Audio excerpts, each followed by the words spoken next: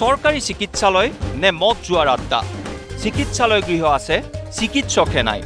চিকিৎসালয়ত চলিছে কি এখন চিকিৎসালয় এতিয়া নিশা গ্ৰহণ কেন্দ্ৰলৈ পৰিণত হৈছে প্ৰায় ৮-৯ বছৰ পূৰ্বে ৰাজ্য চৰকাৰৰ স্বাস্থ্য বিভাগৰ কেইবা কোটি টকা ব্যয় সাপেক্ষে শ্ৰীৰামপুৰত নিৰ্মাণ কৰা হয় বৃহৎ চিকিৎসালয় চিকিৎসালয়খন সম্পূৰ্ণ হোৱাৰ পিছতো মুকলি নকৰিলে বিভাগে ফলত বৃহৎ চিকিৎসালয়খনত এতিয়া ড্ৰাগছ ভাং ডেনড্ৰাইট মদ সেৱনৰ কেন্দ্ৰ হৈ পৰিছে ভাঙি ছিঙি গৈছে দুৱাৰ খিৰিকীৰ আইনা দুৰ্বৃত্তই খুলি নিছে বিদ্যুতৰ সামগ্ৰী হাবি জংঘলে ঢাকি ধৰিছে ৰংচঙীয়া চিকিৎসালয়ৰ কোঠালিসমূহ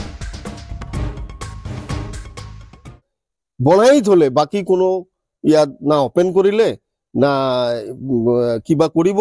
চৰকাৰে কিহৰ কাৰণে যে এনেকুৱা বন্ধ কৰি থলে মই আমালোকে জনসাধাৰণে জানিব নোৱাৰা হৈছো খুব বেয়া আপোনালোকে চালে এই চাক ভাঙি আছে এই তাতে দেখক ভাঙা ভিতৰত ডেন্ড্ৰেটৰ কাৰ্টুন আছে ইয়াত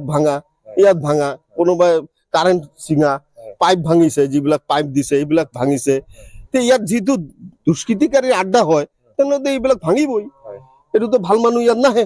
হস্পিটেলৰ অৱস্থা খুব বেয়া আপোনালোকে চাইছে নিজ প্ৰত্যক্ষ চাইছে যে খুব বেয়া পৰিস্থিতি হৈ আছে এইটো সোনকালে আমি উদ্বোধন কৰিব লাগে এইটো লৈ আমি গভৰ্ণমেণ্টৰ ওচৰত কৰজোৰে আমি বিনীত কৰিছোঁ ৰাইজে চিকিৎসা সেৱা লাভ কৰিব বুলি বহু সপোন দেখিছিল যদিও সেয়া আজিও বাস্তৱত নহলগৈ পিটিচিৰ বৰমূৰীয়াই মুকলি কৰাৰ প্ৰতিশ্ৰুতি দিছিল যদিও সেয়াও কাৰ্যক্ষেত্ৰত ফুটুকাৰ ফেনত পৰিণত হ'ল গোসাইগাঁৱৰ পৰা দুলাল চন্দ্ৰ ৰয় নিউজ লাইভ।